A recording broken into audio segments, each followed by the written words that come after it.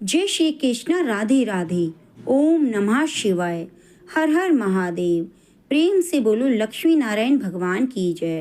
प्रिय मित्रों, महाराज युधिष्ठिर ने पूछा, हे भगवान, आपने सफला एकादशी का महात्म्य बताकर बड़ी कृपा की। अब कृपा करके यह बतलाइए कि पौष शुक्ल एकादशी का क्या नाम है, उसकी विधि क्या है, उसमें कौन से देवता का पूजन किया जाता है। भक्त वत्सल भगवान श्री कृष्ण बोले, हे राजन, इस एकादशी का नाम पुत्रदा एकादशी है। इसमें भी नारायण भगवान की पूजा की जाती है। इस चर और अचर संसार में पुत्रदा एकादशी के व्रत के समान दूसरा कोई व्रत नहीं है।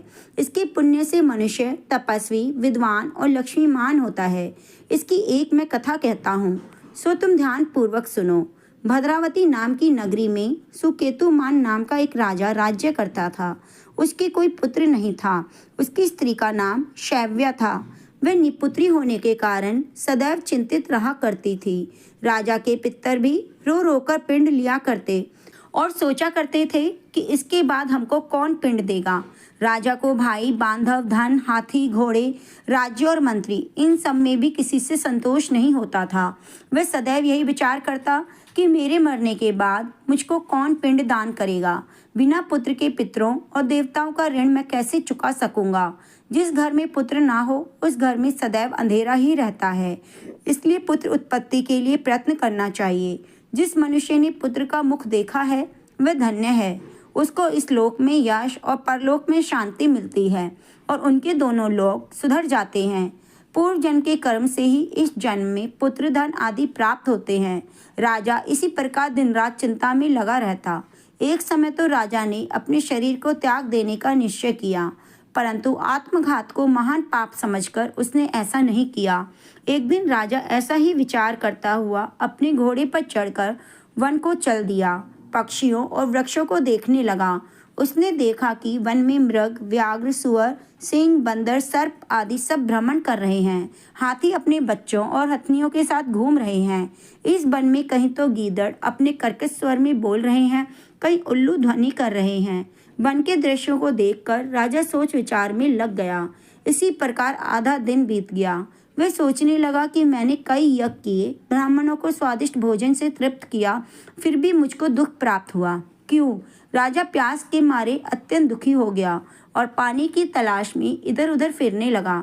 थोड़ी दूर पर राजा ने एक सरोवर देखा। उस सरोवर में कमल खिले थे। सारस, हंस, मगरमच्छ आदि विहार कर रहे थे। उस सरोवर के चारों तरफ मुनियों के आश्रम बने हुए थे। उसी समय राजा के दाहिने अंग फड़कने लगे। राजा शुभ शकुन समझकर घोड़े से उतरकर मुनियों को दंडवत प्रणाम करके बैठ गया। राजा को देखकर मुनियों ने कहा, हे राजन, हम तुमसे अत्यंत प्रसन्न हैं। तुम्हारी क्या इच्छा है सो कहो। राजा ने पूछा, महाराज, आप कौन हैं और किस लिए यहाँ आए हैं, कृपा कर बताइए। मुनि कहने लगे कि हे राजन, आज संतान देने वाली पुत्रदा एकादशी है। हम लोग विश्वदेव हैं और इस सरोवर में स्नान करने आए हैं। यह सुनकर राजा कहने लगा कि महाराज, मेरे भी कोई संतान नहीं है। यदि आप मुझ पर प्रसन्न हैं तो एक पुत्र का वरदान दीजिए। मुनि बोले, हे राजन, आज पुत्रदा एकादशी है। आप अवश्य ही इसका व्रत करें। भगवान की कृपा से अवश्य ही आपके घर में पुत्र होगा।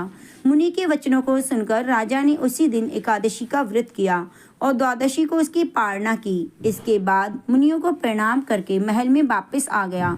कुछ समय बीतने के बाद रानी ने गर्भ धारण किया और 9 महीने के बाद उससे एक पुत्र हुआ। वह राजकुमार अत्यंत शूरवीर, यशस्वी और प्रजापालक था। श्री कृष्ण बोले, हे राजन, पुत्र की प्राप्ति के लिए पुत्रदा एकादशी का व्रत करना चाहिए। जो मनुष्य इस महात्म्य को पढ़ता है, सुनता है, उसे अंत में स्वर्ग की प्राप्ति होती है। प्रेम से बोलिए लक्ष्मी नारायण भगवान की जय। ओम नमो भगवते वासुदेवाय नमः। प्रिय मित्रों, उम्मीद करूंगी आपको पुत्रदा एकादशी की व्रत कथा बहुत अच्छी लगी होगी। कथा को अंत तक सुनने के लिए आपका बहुत बहुत धन्यवाद। आप हमारे चैनल को सब्सक्राइब जरूर कीजिए और बेल आइकन को दबाना ना भूलें। मिलते हैं अगली धार्मिक कथा कहानियों के साथ।